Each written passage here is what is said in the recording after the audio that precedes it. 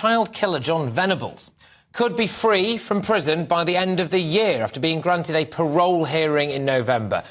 Venables and, of course, Robert Thompson as well were both 10 years old when they kidnapped and murdered 2-year-old James Bulger in Merseyside 30 years ago. Both men were released, but Venables has been sent back to prison twice for possessing child abuse images. So could he really be freed? Let's speak now to Barrister Chris Daw, who says, I believe that Venables, of course, has a right to apply for parole. Chris, yeah, thank you very much on this. You can see how people might think it would be incredibly risky to allow a child murderer and somebody who's been sent back to prison twice for possessing paedophilic images to ever be considered for parole.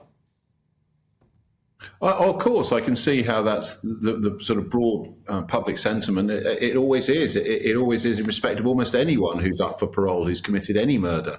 There will be a group of people, often those who have been most tragically affected by the murder, such as family members, which is completely understandable, of course. But also wider commentary on social media and members of the public is very much against granting people parole as a matter of just basic principle. I totally understand that, but we have a parole system which is intended to assess only one thing, and that is whether the person who's applying for parole represents a risk to the public.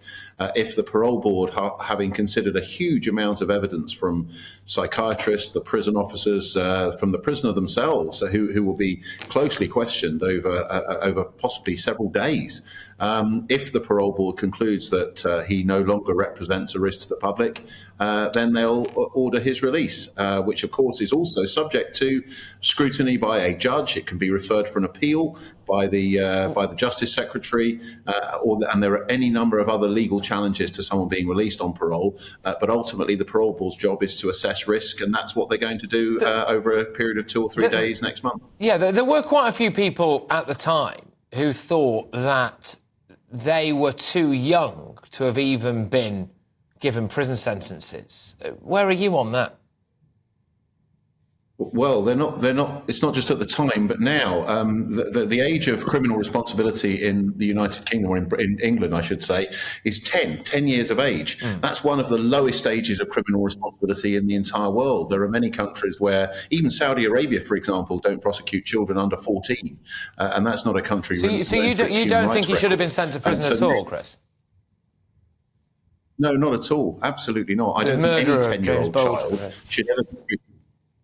I don't think any 10-year-old child should ever be treated like an adult. And in fact, the sight of those 10-year-old boys being paraded in an adult Crown Court with all the wigs and the gowns, with absolutely no idea what's going on, no understanding of the process. I mean, it's deeply inhumane way to treat any child, whatever they've done. Oh, grief, Chris.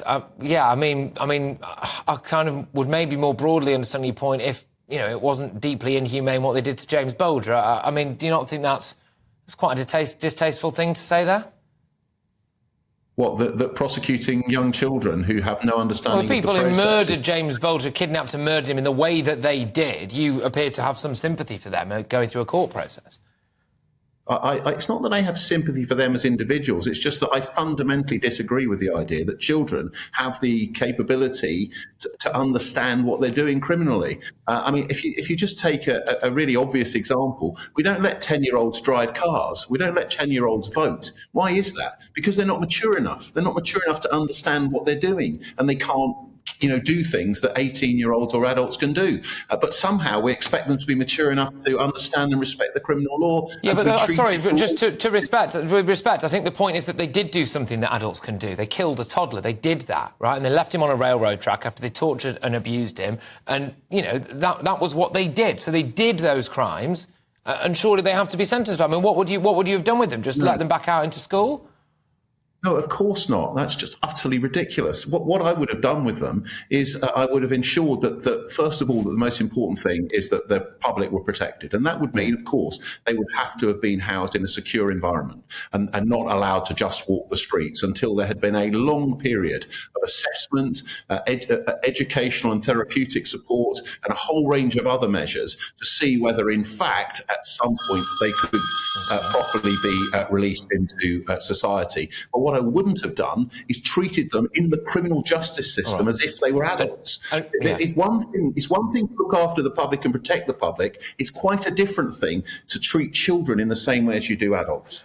So if a parole board, and it is a big if, we'll have to wait and see, decide that Jon Venables, the murderer of James Bulger, 2 times convicted for child porn, is OK for release by Christmas, you would back that decision because you would be confident that due process has been adhered to there and that must be the right decision. Well, no, I back the process. Whether it's the right decision or not, I'd have to be part of the parole board. I'd have to see all of the evidence. I wouldn't be able to comment on that. All I can say is I agree with the process of parole. Otherwise, all murderers and all convicted prisoners would remain in prison forever. And, of course, some people think that would be a good idea. I just disagree because we'd end up with 500,000 people in prison in this country, much as they have 2.5 million people in prison in the United States. And that's not a society that I want to live in. And it's certainly not a society where we potentially would have thousands and thousands of 10-year-olds locked up in prison and being treated exactly as if the crime they'd committed had taken place when they were grown up. Chris, well, interesting, fascinating discussion. I'm not sure you and I are ever going to agree on this, but it's good to have the chat, at least. Chris Daw there, who, of course, was just reacting there to the news, anyway, that Jon Venables could well be out by Christmas. I'm not sure how likely that is, but just the fact that he's been granted a 2-day parole hearing, I think, is interesting.